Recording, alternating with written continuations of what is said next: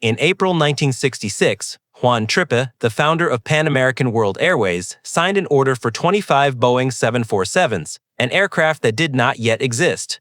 There were no blueprints finished, no factory capable of building it, no proof the thing could even fly. The plane was so enormous, so far beyond anything ever built, that the deal forced Boeing to construct the largest building in the world by volume, an entire new factory in Everett, Washington, just to assemble it.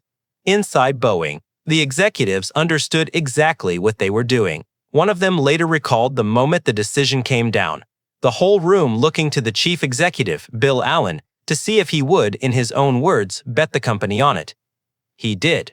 People called it the largest single industrial undertaking in the history of the country. But Boeing was not the only one making that bet. Across the table, Trippe was committing Pan Am to buy a fleet of the biggest passenger planes in history, more than $500 million worth, on a single assumption that the skies would keep filling with travelers fast enough to keep all those seats full the way they always had. It was the boldest move in the history of commercial aviation, made at the absolute height of Pan Am's power by a man who had never once been wrong about the future of flight. And it was the moment the airline began to die. It would take 25 years to finish, and almost no one watching that triumphant order being signed could have imagined it. But the plane that made Pan Am the most glamorous name in the sky was the very same plane that helped put it in the ground. You would not have believed this airline could ever fail if you had flown it in its golden age. Pan Am in the late 1960s was not just an airline. It was America's Wings, the unofficial flag carrier of the United States, the most famous airline on Earth. It flew around 150 jets to 86 countries on every continent except Antarctica, across a route network that stretched more than 80,000 miles around the globe. It carried millions of passengers a year and sat on cash reserves of around $1 billion, a staggering fortune for the era, the kind of war chest that made the company look invincible. Its advertising called it, with full justification, the world's most experienced airline. Its Blue Globe logo, affectionately nicknamed the Blue Meatball, was recognized in every corner of the world as a symbol of American reach, wealth, and modernity. To fly Pan Am was to be cosmopolitan, sophisticated, a member of the jet set. Its flight attendants were icons of style. Its pilots in their crisp white caps were figures of genuine romance, the closest thing civilian aviation had to astronauts.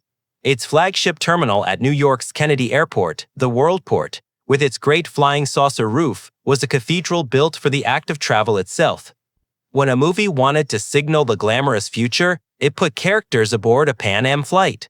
In its first-class cabins, passengers dined on multi-course meals served on china by white, jacketed stewards, climbed a spiral staircase to a lounge in the sky, and stepped off in distant cities feeling they had arrived somewhere only the fortunate could reach.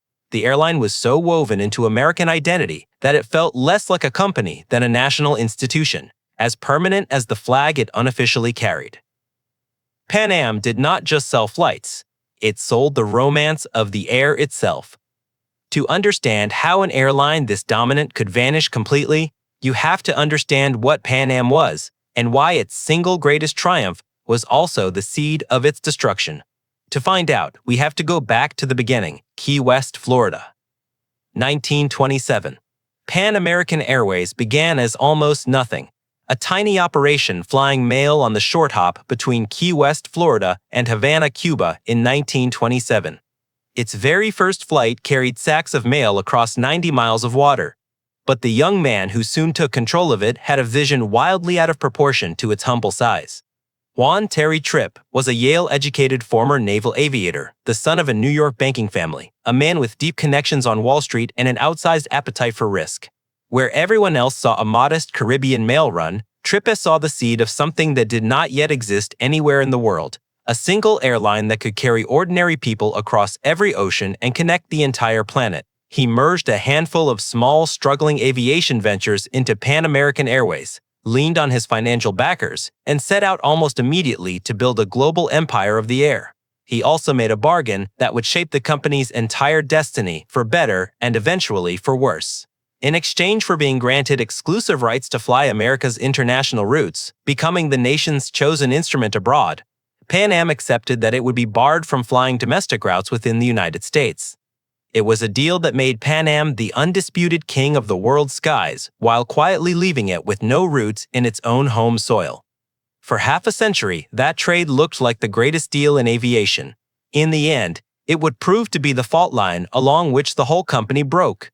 That was the founding insight, and it would define the company for 60 years.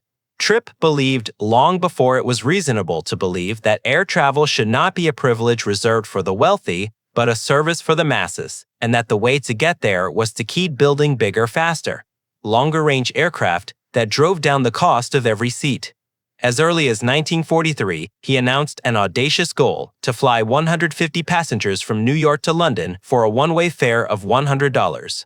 At a time when crossing the Atlantic by air was an experience only millionaires could dream of. In his New York office, he kept a large antique globe, and he would stretch a length of string between two distant cities to calculate the distance and the flying time, plotting routes across oceans that no airline had ever attempted to cross. He commissioned a series of great flying boats from builders like Sikorsky, Martin, and Boeing, and named them Clippers, after the fast sailing ships of the previous century. With them, Pan Am did the impossible again and again. In 1935, the Martin M130 China Clipper opened the first scheduled service across the Pacific flying mail, and then passengers from San Francisco toward Manila, island hopping across an ocean by way of bases.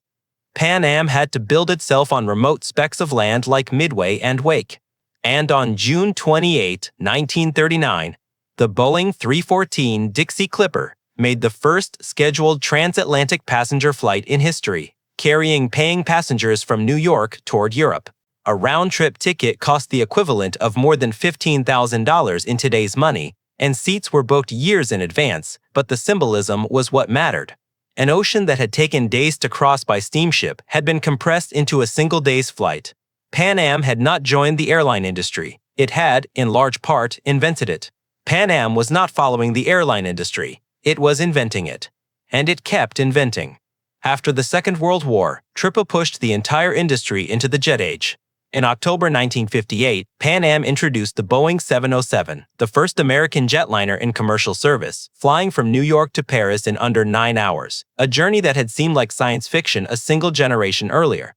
The jet did not just make travel faster, it made it dramatically cheaper, because a jet could carry far more people far more efficiently than the propeller planes that came before it. And Tripp, true to his lifelong creed, immediately used that new efficiency to introduce lower economy fares, pulling an entirely new class of traveler up into the sky. People who had never before dreamed they could afford to cross an ocean. The strategy worked spectacularly. Traffic boomed through the 1960s.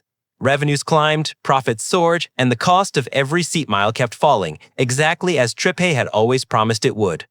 Every few years, Pan Am made the world a little smaller and air travel a little cheaper, and every single time it did so by placing a bold bet on a bigger, more advanced airplane and trusting that demand would grow to fill it. This was the strategy that had built the empire from a single mail route into a global colossus.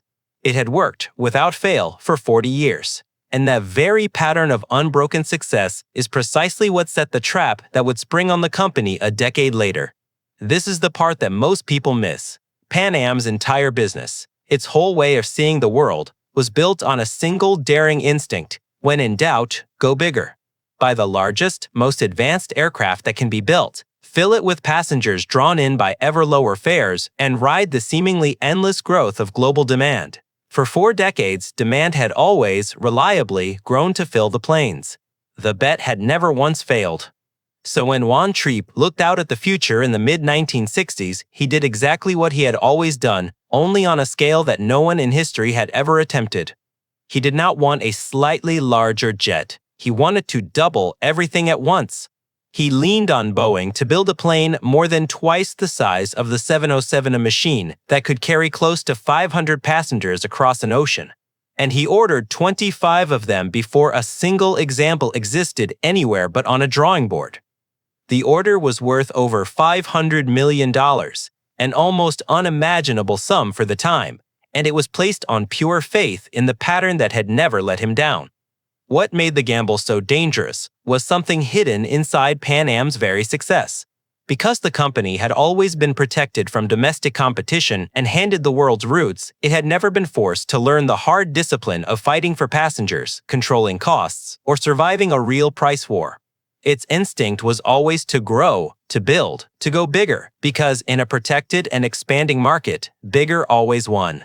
The company had no muscle memory for contraction, no experience of scarcity, no plan for what to do if the planes did not fill. It had grown magnificent and, in a way it could not yet see, fragile. The 747 bet doubled down on the only strategy Pan Am had ever known, at the precise moment that strategy was about to stop working. Trippi had bet the company on growth one final time. He just did not know it would be the last time growth failed to arrive. The Boeing 747 was a genuine marvel, the largest and most ambitious passenger aircraft ever built. It could carry around 490 passengers at 565 miles an hour for nearly 5,000 miles, with engines more than triple the power of the first 707s, and yet it was quieter and needed less runway than the jets before it. Trippi saw it as far more than a business machine. He spoke of it almost as an instrument of peace, declaring that this new era of mass travel between nations might prove more significant to human destiny than the atom bomb, calling the aircraft a great weapon for peace. He even shaped its famous silhouette. He had originally imagined the 747 as a flying ocean liner, complete with staterooms and a theater. Boeing talked him down from the most extravagant ideas, but Trippi still left his fingerprint forever on the design. He insisted that the space behind the cockpit, in the plane's distinctive hump, be reserved for passengers rather than crew, and so was born the iconic upper deck lounge that became the very symbol of glamour in the sky. On January 22, 1970, Pan Am inaugurated 747 service from New York to London, and the world's first jumbo jet entered the age it would come to define. Pan Am had done it yet again. It had bet on the biggest plane in history and willed the future into being, just as it always had. The order was the crowning achievement of Juan Tripp's career, and he retired from the company just months before the first 747 ever flew, leaving on a note of total triumph. There was just one problem with the whole magnificent gamble, and it was the problem that would eventually kill the company. The bet only worked if the planes were full. Empty, the marvel became a millstone. This is where the trap closed, and it closed because the timing could not possibly have been worse. Tripp and Pan Am had ordered a fleet of enormous aircraft on the iron assumption that air travel would keep growing the way it always had, fast enough to fill all those hundreds of new seats. But almost the instant the 747 entered service in 1970, the world changed in two devastating ways at once. First came the fuel. In 1973, an oil crisis sent the price of jet fuel soaring, and fuel is the lifeblood of an airline, one of its single largest costs. Here was the cruel mathematics of the jumbo jet. The 747 was wonderfully efficient per passenger, but only when it was full. The economics depended entirely on packing those nearly 500 seats. A half-empty 747 dragging itself across the Atlantic, burning newly expensive fuel to carry mostly air, was not an efficient marvel. It was a flying money pit. And the planes were running half-empty because of the second blow that landed at the very same time. A global economic slowdown sapped the very demand that was supposed to fill all those seats. The growth that had never once failed, Juan Tripp finally, catastrophically, failed him. It is the early 1970s, and you can watch the disaster unfold across Pan Am's balance sheet. The airline, along with its competitors who had all rushed to buy their own wide-body jets, had flooded the skies with giant aircraft at the exact moment passenger numbers stopped climbing. The result was the most expensive overcapacity in the history of aviation. Too many enormous planes, too few passengers, and fuel that cost more every year. Each flight that took off less than full was a loss, and Pan Am, with its fleet of the largest planes in the sky and its sprawling, costly global infrastructure, was uniquely exposed to every one of those losses. The triumph of 1966 had become the trap of 1973, and the company that had bet everything on bigger planes was now being crushed under their weight. By the mid-1970s, Pan Am was already a wounded company posting heavy losses burning through the cash reserves that had once seemed bottomless, and struggling under the weight of high overheads and a fleet bought for a boom that never came.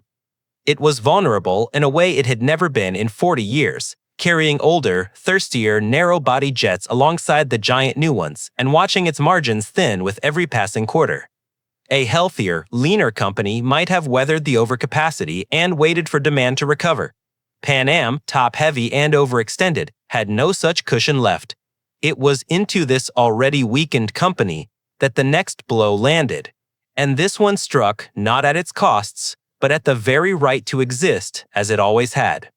But it gets worse, because the second great blow struck at the very foundation of everything Pan Am was. For its entire existence, Pan Am had enjoyed a near monopoly on international air routes out of the United States. It was the flag carrier, America's chosen instrument abroad.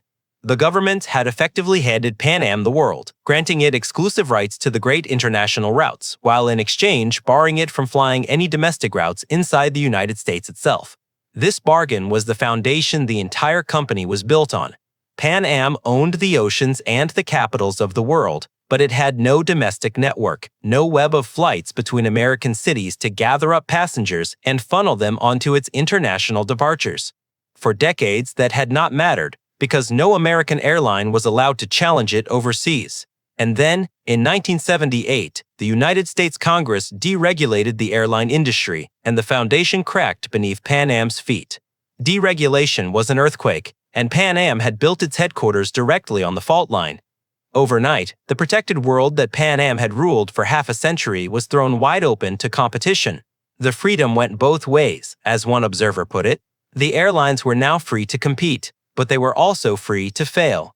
American carriers that had been confined to domestic routes were suddenly free to fly internationally, and they descended hungrily on Pan Am's most profitable routes, undercutting its fares with leaner, more efficient operations.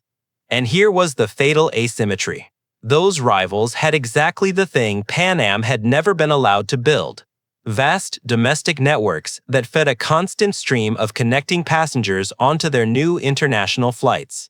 A traveler beginning a journey in Denver or Atlanta or Dallas could board one of these competitors at home and fly straight through to Europe on a single airline. They could not do that on Pan Am because Pan Am simply did not fly inside America. The airline that had been protected into greatness was now in a single stroke the most exposed carrier in the sky, saddled with high costs, too many giant planes, and no domestic base, facing competitors who enjoyed all three of the advantages it lacked. Pan Am understood the wound clearly and made a desperate, expensive decision to fix it. In 1980, it bought National Airlines, a domestic American carrier, for the specific purpose of acquiring the home soil route network it had always been denied. On paper, the logic was sound. National's domestic routes would finally feed passengers into Pan Am's international system, giving it the connecting traffic its rivals took for granted. In practice, it was a calamity. Pan Am was dragged into a bidding war over National, partly against another aggressive buyer, and the contest drove the purchase price far higher than National was worth. Then the two airlines proved agonizingly difficult to weld together. Their fleets did not match. Their corporate cultures clashed, and their labor contracts collided, forcing wages upward as the unions of each airline demanded parity with the other. The acquisition that was supposed to be Pan Am's salvation instead drained it of precious cash at the exact moment it could least afford the loss, and delivered far less of the promised benefit. And so began the long sell-off, the slow dismemberment of an empire to pay its mounting bills. What followed over the next decade was a fire sale of nearly everything Pan Am had spent 60 years building. To raise cash and keep its planes in the air, the airline began selling its crown jewels one by one.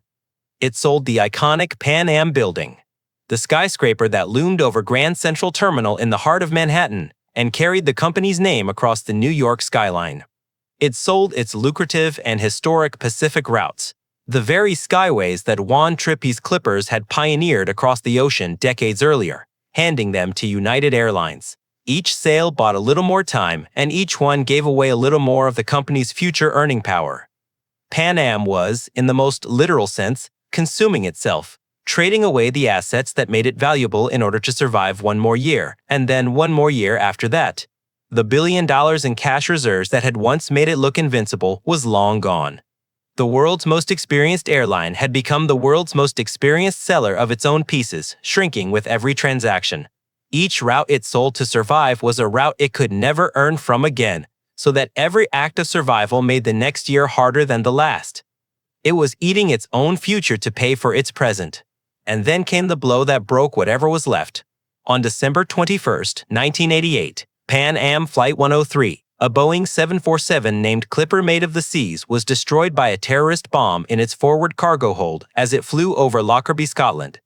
On its way from London to New York, all 259 people aboard were killed, along with 11 more on the ground when the wreckage fell on the town. It was one of the deadliest terrorist attacks of its era, and beyond the immense human horror, it struck the company at its most vital and most fragile point, its reputation. Pan Am had sold safety and glamour and trust for 60 years. It was the airline that meant America abroad, the very symbol of secure and sophisticated international travel. Now its name was bound, in the public mind, to one of the most horrifying disasters in aviation history. The damage was merciless. Travelers grew wary of the brand, bookings fell, lawsuits and investigations mounted, and questions about security failures dragged the company's name through the press for years. For an airline that was already bleeding to death from overcapacity, deregulation, and a decade of selling off its own organs, the bombing was a wound from which there could be no recovery. Pan Am struggled on for 3 more agonizing years, selling still more routes, shrinking further, gasping for every dollar of cash. It tried to reinvent itself around more efficient aircraft and its remaining transatlantic business, but there was simply not enough left to save. On December 4, 1991, the airline that had invented transoceanic passenger flight shut down its operations for the last time. Crews on flights still in the air that day learned that by the time they landed, the company they worked for would no longer exist. The planes stopped where they came to rest. The blue globe went dark, forever. 64 years after a single mail plane lifted off from Key West, the airline that had carried America to the world simply ceased to be. Today, Pan Am exists only as a logo printed on tote bags and t-shirts, a name licensed for nostalgia, and for a time even attached to an unrelated regional railway in the northeastern United States. The 150 jets, the 86 countries, the gleaming worldport, the white-capped pilots, the upper-deck lounges, all of it is gone, surviving only in museums, in old films, and in the fading memory of a vanished golden age of flight. At its peak, Pan Am carried millions of passengers across the entire globe, sat on $1 billion in cash, and was without serious challenge the most famous airline on the planet. The very face of American ambition in the air. Now it is a piece of pure nostalgia, a brand that conjures an era when air travel was an adventure to be dressed up for, rather than an ordeal to be endured. The company that taught the world to fly across oceans did not live to see the world it had made. It had built the long road to the future, and the future traveled it without them. Pan Am did not die because Juan Trippe lost his vision. Just the opposite.